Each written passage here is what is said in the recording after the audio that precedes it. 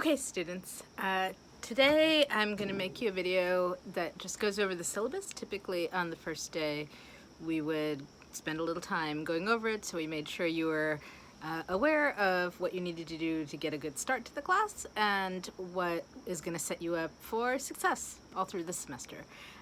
This is video 5A. At this point my two classes needs are splitting, so the post-colonial lit people, you're going to follow the A track of videos, and my creative writing students will be following the B track. So English 114, Intro to Colonial and Post-Colonial Lit. Asynchronous and remote, you guys knew that. Office hours, I'm going to be, gave you guys I think till the end of Wednesday to fill out the doodle poll. So hopefully tomorrow I'll be able to look at all those results and figure out when are good times for office hours. So that is coming. Hopefully you read the course description and you know what the course is covering. Post-colonial lit gets taught a little differently by everybody who teaches it, in part because they focus on different regions of the world. A lot of the world was colonized, so there's many different countries you could look at, and so many different texts. The way I approach this class is I take a sort of combination of historical and regional approach. We start in the colonial era, and we start in South Asia, primarily India, and we read a bunch of stuff from there and talk about what was happening during colonial times. So we actually start the class with colonizers, with Rudyard Kipling, and then we go from there.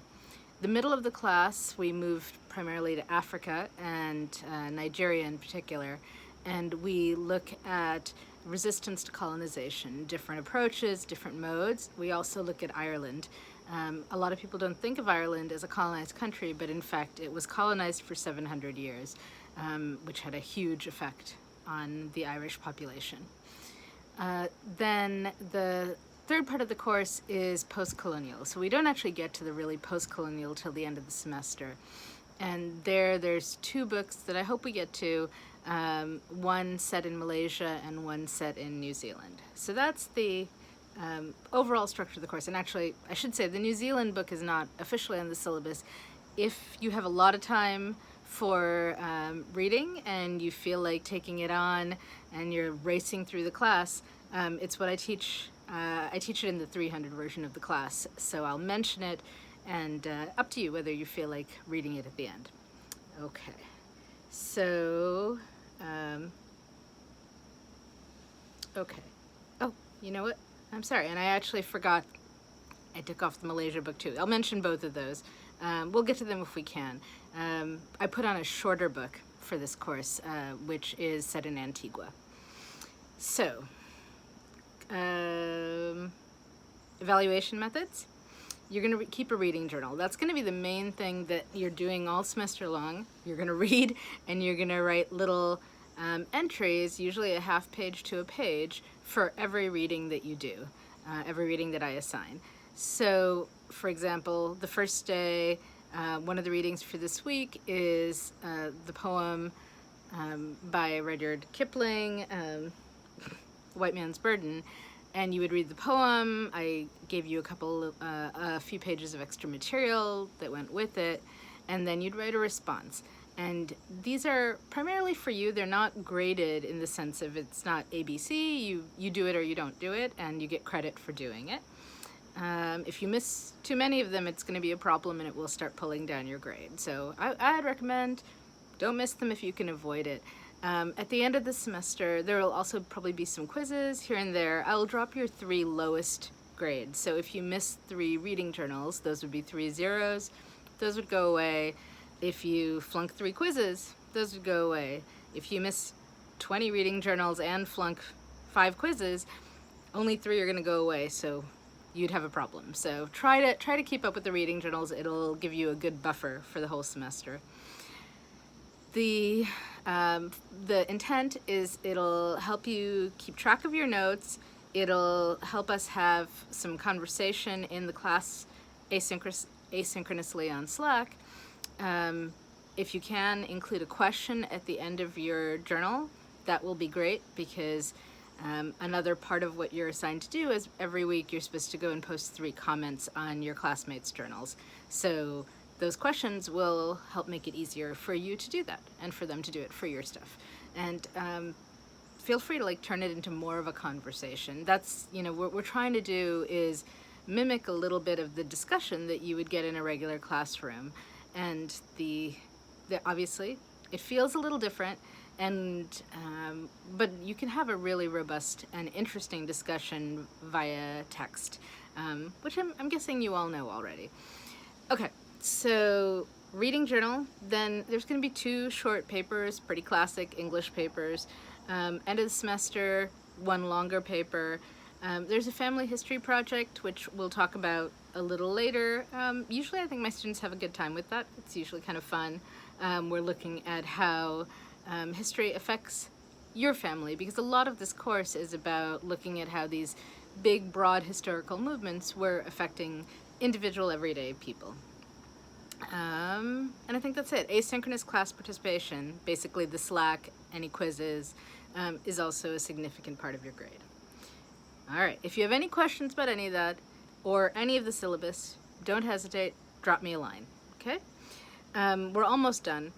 The last thing I just want to hit on is the required text. So for the first 6 weeks, I'm going to be sending you things to read. Occasionally links get broken, whatever. If there's a problem, let me know. We'll try and fix it right away.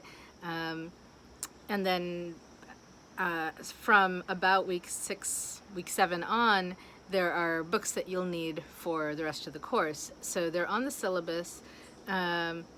Leaving India, I'll note that we use 3 chapters out of the book. So I will, in fact, more like 2.5. So it's a good chunk of the book, but it's not the whole book. So if you wanted to just do those chapters and not buy the book, I can send you those chapters. I recommend the book. It's a great book, and if you end up reading through the whole thing, you'll get a really great sense of the world and the Indian diaspora at that time. Passage to India, we do read it fairly early in the course, but it's available for free online, so you don't have to buy the book. You might want to buy it just because you may find it easier than reading off of a screen. Things Fall Apart, you need to buy. The Lion and the Jewel, you need to buy. A Small Place, you need to buy. Those 3 we're definitely going to cover. The 2 books that are in my higher level class, in case you're interested, one is called Evening is the Whole Day by Preeta Samarsam, and the other is called The Bone People by Carrie Helm. So they're both terrific, and yeah, I may at least talk about them a little bit at the end of the course. We'll see how the schedule goes. I think that is most of the sort of overall syllabus stuff. Tentative guide, you have to stay updated. I will send out a new syllabus if anything major changes. I'm going to try and use the same format I used for the week 1 entry in your syllabus through the rest of the semester, hoping that works well for you. It's a little different from anything I've done before, but telling you what to post, what to watch, what to read, what to write. And then you should be able to just check it off. Again, because it's asynchronous, there may be a temptation to wait till Sunday to try and do everything. Really, really strongly recommend you don't do that. It's a fair bit of reading, and if you do a little bit every day, it will make your life way easier overall. So set aside, an hour time to work on this class. Keep in mind, normally we would be meeting for 3 hours during the week as well, so that's a little extra time you should also be putting towards this class. And I think that's it. The next thing I'm going to do one more video for you guys today where I'm going to talk about the first week readings in a little more detail. Okay, thanks.